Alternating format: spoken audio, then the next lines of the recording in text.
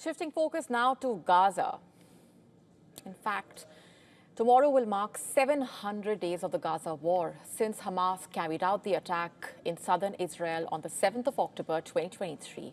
Over 63,000 Gazans have been killed since, and the figure climbing with fresh attacks reported. Aerial footage showing a group of Israelis gathered in Tel Aviv with a giant sign on the ground reading 700 SOS. Relatives of the captives still held in the Palestinian territory and their supporters are planning further demonstrations demanding that the 20 hostages still alive are returned soon. Many, in fact, gathered outside the residence of the Israeli Prime Minister demanding an end to the war. Protests also set to take place in other parts. Israel is also setting up a display on the shores of the Mediterranean opposite the U.S. consulate in Tel Aviv in solidarity with the hostages. A direct call to President Donald Trump. Mr. President, you are the greatest negotiator in the world. Two sides have placed proposal on the table to end the war and bring all the hostages home. I implore you, gather them all around your table. Lead the negotiations yourself. Only the greatest negotiator in the world can end this war and bring everyone home.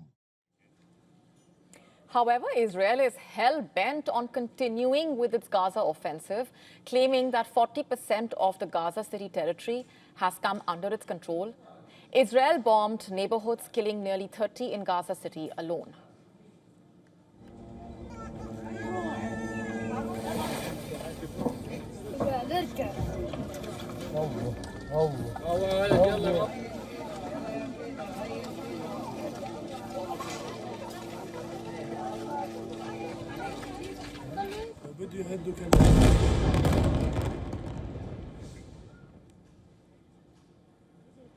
An Israeli strike also brought down a 14-story building in Gaza City, with the military saying that the building was being used by Hamas.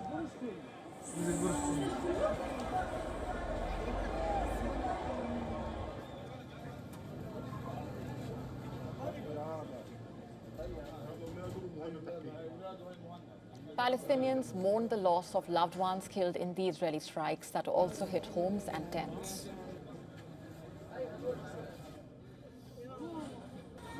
مستهدفين الخيمة نايمين فيها لا بالهم ولا نايمين والأطفال نايمين هم وأمهم وأبوهم لسه دوب خاشش عليهم هيك يستهدفوهم كل العيلة هيك تروح كل العيلة تروح ايش نقول لا إله إلا الله أحسن من كل حاجة. The Israeli army has released footage showing strikes that killed the spokesman for Hamas armed wing, Abu Obeda, last week. This was earlier confirmed by the Israeli defense minister in a social media post. An image of Obeda was also released with the former head of Hamas's armed wing, Mohammad Dief. Hamas, on the other hand, has released a new video of a hostage. According to the Jerusalem Post, in the video,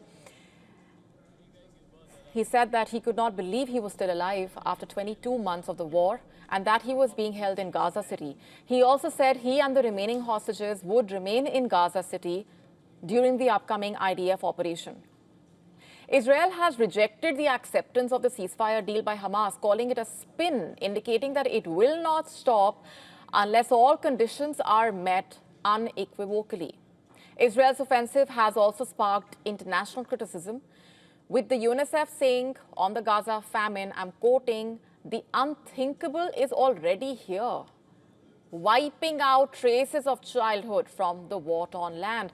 The United States also has imposed sanctions on 3 Palestinian human rights organizations for their role in supporting the International Criminal Court's investigation into Israeli officials, a decision welcomed by Israel but denounced by the rights advocates as a blatant assault on justice.